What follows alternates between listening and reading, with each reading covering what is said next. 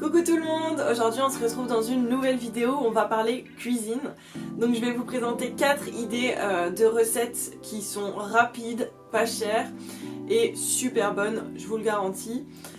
C'est des recettes que je fais beaucoup chez moi en tant qu'étudiante parce que j'ai pas beaucoup de temps et j'ai pas forcément d'énormes moyens. Donc voilà, j'espère que cette vidéo vous plaira.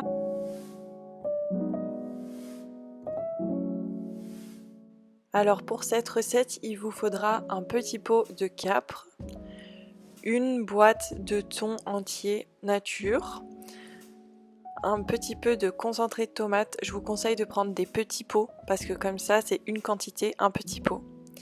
Ensuite du riz, donc pour une personne ce sera environ 100 g de riz. On commence donc par faire cuire le riz. En attendant, on va donc émietter notre thon et égoutter nos capres. On va prendre par la suite notre petit pot de concentré qu'on va mettre dans le riz et mélanger avec de l'eau. On rajoute notre thon émietté, nos capres. Au niveau de la quantité de l'eau, je vous conseille de mettre un petit verre d'eau et mélanger bien avec le concentré de tomate, le riz, les capres, le thon et un peu de sel. Vous continuerez à mettre de l'eau si c'est trop fort en tomate, etc. C'est vraiment comme vous avez envie.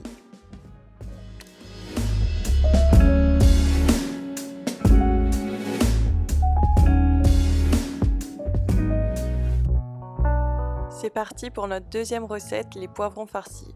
Donc il va nous falloir un poivron rouge, un peu de gruyère et de la ratatouille en conserve. Du coup c'est parti, première étape, on va couper les poivrons en deux et enlever tous les pépins qui sont à l'intérieur. Une fois qu'ils sont vidés, on va rajouter 1 ou 2 cuillères à soupe de ratatouille à l'intérieur. Une fois que c'est rempli à ras-bord, on rajoute quelques pincées de gruyère sur le dessus pour faire un effet gratiné. Si vous ne mangez pas de gruyère, vous pouvez mettre par exemple quelques bouts de chèvre, je vous garantis que c'est tout aussi bon. On vient donc ensuite se munir d'un plat qui va au four et on va rajouter à l'intérieur de ce plat un verre d'eau dans le fond du plat pour que les poivrons ne crament pas au four. On vient donc déposer les poivrons dans le plat où il y a le fond d'eau. Et on va aller préchauffer notre four à 180 degrés. Une fois le four préchauffé, on vient mettre nos poivrons à l'intérieur et on va les faire cuire 30 minutes à 180 degrés. Alors pour cette recette très rapide, il va nous falloir une boule de mozzarella, 1 ou 2 tomates selon le nombre de tartines que vous voulez faire, du pain de campagne, moi personnellement c'est du pain sans gluten, et des feuilles de basilic frais. On commence donc par couper la mozzarella. On va faire pareil avec les tomates, on les coupe en rondelles.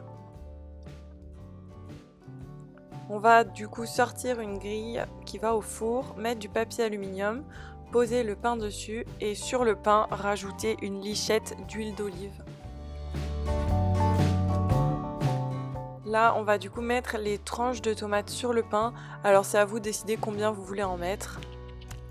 On va aussi rajouter du coup la mozzarella entre les tranches de tomates.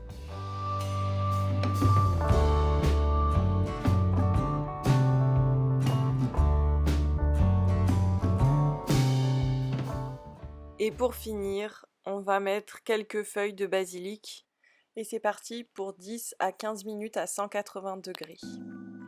Donc pour cette recette de bowl, il nous faudra de la truite fumée, un avocat par personne,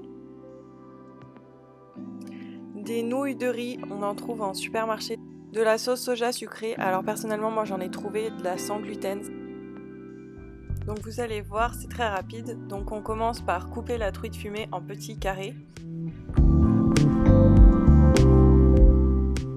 On met de l'eau à bouillir dans une casserole pour pouvoir faire cuire les pâtes. On prend une poêle et on met la truite fumée à l'intérieur. Une fois que l'eau bout, on met les pâtes de riz dans l'eau et on fait cuire le tout 5 minutes. On va donc s'occuper des avocats pendant ces 5 minutes. Donc on coupe les avocats en deux, on enlève le noyau, on enlève du coup la peau, je sais pas comment on appelle ça, et on va venir les couper en petits carrés.